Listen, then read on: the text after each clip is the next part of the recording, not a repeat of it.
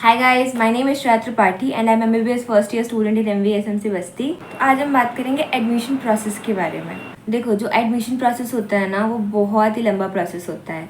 जो मेरा एडमिशन हुआ था, मैं सुबह 10 बजे गई थी और 5:30 बजे फ्री हुई थी। तो देखो, सबसे पहले तो ना आप लोगों को अपने डॉक्यूमेंट्स एक तरफ रख लेना है, ठीक है। जो ये लिस्ट दे रखी है यहाँ पे, इसमें ना जो भी डॉक्यूमेंट्स लिखे हुए हैं, एक सेट ऑफ ओरिजिनल ले लेना, ठीक है। और 3 से 4 सेट ऑफ फोटोकॉपीज चाहिए रहती हैं। 8 पासपोर्ट साइज़ फ़ोटोग्राफ्स चाहिए रहती हैं, सेम जो कि आपके नीट के फॉर्म में लगा हुआ था। इन सब का एक प्रॉपर बंडल बना के रख लो, ये भूलना नहीं है बिल्कुल भी, सबसे इम्पॉर्टेंट है ये। देखो, जो आपको अलॉटमेंट लेटर मिला रहता है ना, उसके नीचे लिखा रहता है नोडल सेंटर। तो जो गवर्नमेंट स्टूडेंट्स होते हैं, मतलब जिनको गवर्नमेंट कॉलेज अलॉट हुआ है, उनके लिए वही सेम कॉलेज है आपका नोडल सेंटर। बट जो प्राइवेट स्टूडेंट्स होते हैं, उनके लिए नोडल सेंटर डिफरेंट रहता है, वो उसमें लिखा रहता है, तो आपको वहाँ जाना रहता है। अब जो डॉक्यूमेंट की लिस्ट थी ना, वहाँ पे बहुत सारे एफिडेविट्स लिखे हुए थे, तो इसमें डरने की कोई बात नहीं है। ये जो सारे एफिडेविट्स होते हैं ना, ये बन रहे होते हैं वहाँ पे। जब आप कॉलेज में जाओगे तो वहाँ पे एफिडेविट्स के लिए एक पूरा सेंटर बन रखा होता है, वहाँ पे जाना है आपको, अपना एफिडेविट बनवाना है, बस, और कुछ नहीं। तो ना कई लोगों को डाउट आता है कि मेडिकल सर्टिफिकेट हमें बनवा के लेके जाना है कि कॉलेज में बन जाएगा। तो देखो, मेडिकल सर्टिफिकेट ना कॉलेज में बनता है, मतलब जो आपके कॉलेज से अफिलिएटेड हॉस्पिटल होता है ना, वहाँ पे जाके बनता है। अब आप एडमिशन कराने जाओगे तो वो आपको एक सर्टिफिकेट देते हैं, एक फॉर्म देते हैं, उसमें लिखा रहेगा मेडिकल सर्टिफिकेट, ठीक है। तो आप उसको लेके जाते हो हॉस्पिटल में, वहाँ पे ना आपके बहुत सारे चेकअप्स होते हैं, लाइक आपका ENT चेकअप होगा, आई चेकअप होगा, उसके बाद से आपका सर्जरी में जाओगे आप, तब से पूछेंगे कि आपको कोई सर्जरी हुई है। मेडिसिन डिपार्टमेंट में जाते हो, अगर फीमेल हो तो गायनी डिपार्टमेंट में जाते हो, है ना। फिर आपका चेस्ट एक्सरे होता है, ECG होता है, ब्लड टेस्ट होता है, यूरिन टेस्ट होता है।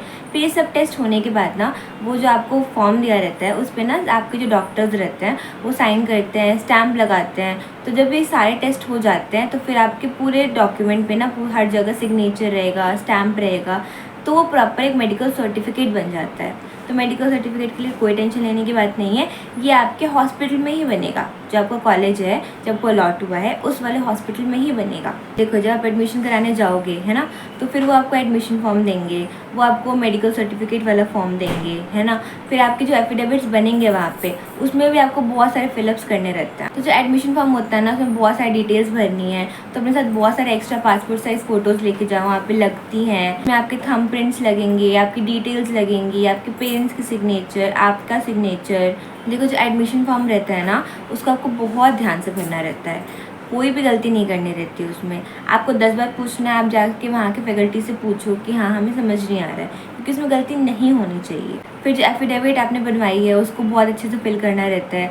उस एफिडेविट में आपका डिक्लेरेशन फॉर्म रहता है, आपका ओथ लेटर रहता है, आपका गैप सर्टिफिकेट रहता है, आपका एंटी रैगिंग फॉर्म होता है, जो कि आपके द्वारा साइन होगा, आपके पेरेंट्स के द्वारा साइन होगा।